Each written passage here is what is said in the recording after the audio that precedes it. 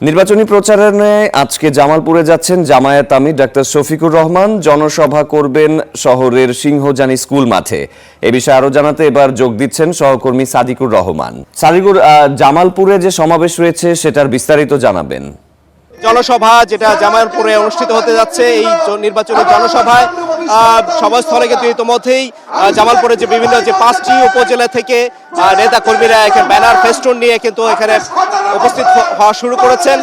এখানে তারা মিছিল নিয়ে দলে দলে যোগদান করা শুরু করেছে এই জামালপুরের যে একটি উচ্চ বিদ্যালয় মাঠে।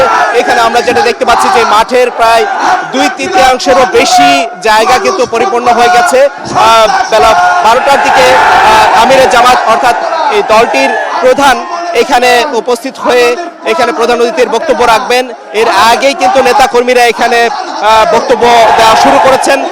তারা যে বক্তব্যে এখন যে কথাগুলি বলছেন সেই বিষয়গুলি হচ্ছে যে এই গণ অভ্যুত্থানের পরবর্তীতে নতুন বাংলাদেশ বিনির্মাণের লক্ষ্যে যেই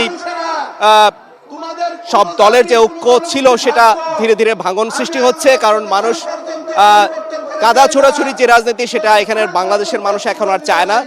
নতুন বাংলাদেশ বিনির্মাণে আগের যে পুরনো যে রাজনৈতিক বন্দোবস্ত সেটা আসলে শেষ করে কিন্তু নতুন বাংলাদেশ বিনির্মাণে এখানে কোনো বিভাজনের রাজনীতি চলবে না, সেই বিষয়গুলি এখান থেকে বলা হচ্ছে। এবং যেটা বলা হচ্ছে যে নতুন করে জুলাইয়ের যে চেতনা সেটা বাস্তবায়নের লক্ষ্যে এবং যে বৈষম্যমুক্ত বাংলাদেশ বিনির্মাণের লক্ষ্যে কিন্তু জামাতে ইসলামী কাজ করে যাচ্ছে, সেই বিষয়গুলি কিন্তু এখান থেকে বলা হচ্ছে। একটা বিষয় জানিয়ে রাখি যে এখানে শফিকুল ইসলাম বক্তব্য দিবেন, তার কাছে এখানের যে জামায়াতের নেতাকর্মীরা এবং যে জামায়াতে ইসলামের যে সাধারণ মানুষ এবং নেতাকর্মীরা যেটা প্রত্যাশা করছেন।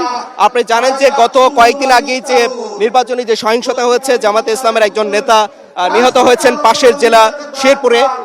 সেই ক্ষেত্রে দেখা যায় যে নির্বাচনকে কেন্দ্র করে যে আতঙ্ক উৎকণ্ঠা সেগুলি নিরসনে এবং নির্বাচনকে শান্তিপূর্ণ করে বাস্তবায়নের ক্ষেত্রে দলের যে শীর্ষ যে নেতা আমির তিনি গুরুত্বপূর্ণ দিক নির্দেশনামূলক বক্তব্য দিবেন সেটা প্রত্যাশা করছেন। এবং এছাড়াও জামালপুরের যে 5টি উপজেলা এখানে নানান সমস্যা রয়েছে, সেগুলো সমাধানে কিন্তু প্রতিশ্রুতি আসতে পারে, সেই বিষয়টা কিন্তু এখান থেকে নেতাকর্মীরা বলছেন। বিশেষ করে জামালপুর এর 80% কিন্তু মানুষ কৃষির উপর নির্ভর করে আছে। সেক্ষেত্রে কৃষকের যে বঞ্চনা বা কৃষকের যে বৈষম্যের শিকার হয়েছেন তাদেরকে আশার আলো দেখাবেন এবং সেই ধরনের প্রত্যাশা করছেন।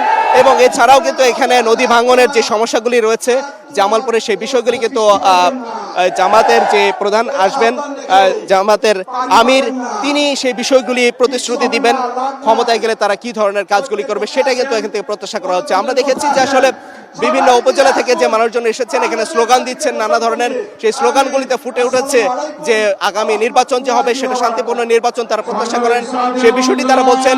এবং নির্বাচনে কোনো ধরনের ভোট কারচুপি এবং কোনো ধরনের অনিয়ম হলে তারা সেটা রুখে দিবেন, সেই বিষয়গুলি কিন্তু এখান থেকে যারা স্থানীয় নেতাকর্মী যারা আছেন তারা কিন্তু সেই বিষয়গুলি তুলে ধরছেন। এখানে আমি দেখেছি যে আসলে জামায়াতে ইসলামের এই জনসভায় ঢাকা থেকে কিন্তু অনেক নেতাকর্মীরা যোগ দিয়েছেন এবং এসে সেখানে তারা গুরুত্বপূর্ণ ভাষণ দিচ্ছেন।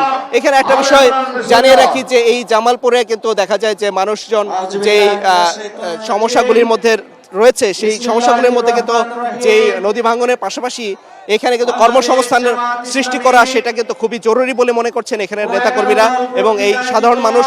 কারণ এখানে অনেক মানুষই কিন্তু বেকার হয়ে আছে, সেক্ষেত্রে এই এলাকায় কলকারখানা এবং শিল্পায়নের যে গুরুত্বটা সেটা যেন দেওয়া হয়, সেই বিষয়গুলি এখান থেকে তুলে ধরবেন এবং জামাতের আমিরের কাছে সেই বিষয়গুলি প্রত্যাশা করছেন। এখানে আমরা দেখেছি আসলে যখন একটা জনসভা হয় সেখানে দেখা যায় সভাস্থলের পাশাপাশি যে আশপাশের রাস্তা টাস্তা সব জায়গায় কিন্তু দেখা যায় নেতাকর্মীদের উপস্থিতি, সেটাও কিন্তু আমরা আজকে দেখেছি। সকাল থেকে যে বিভিন্ন উপজেলা থেকে আসছে লোকজন, সেই রাস্তাগুলিতে আমরা দেখেছি যে মানুষের পদচারণা এবং আইন শৃঙ্খলা রক্ষা বাহিনী বিশেষ করে সেনাবাহিনীকে আমরা দেখেছি যে সেনাবাহিনীর টিম এখানে এসেছে কিছুক্ষণ আগে 2টি গাড়িতে করে কিন্তু দেখা যায় সেনা সদস্যরা এখানে টহল দিয়েছেন যাতে নির্বাচনী সহিংসতা যেটা হয়েছে এর আগে সেটা যেন আর না হয়, সেটার জন্য পূর্ণ নিরাপত্তা দেওয়ার ক্ষেত্রে কিন্তু তারা তৎপর রয়েছেন। জামাতের আমিরের অপেক্ষায় আছেন, পূর্ণাঙ্গ আসলে নিরাপত্তা ব্যবস্থা নেওয়া হয়েছে এবং সার্বিক পরিস্থিতিও আমরা পরবর্তীতে আপনার মাধ্যমে জনসভায় যখন জামায়াতের আমির প্রবেশ করবেন তারপরে বিস্তারিত আপনার মাধ্যমে আমরা জানাবো।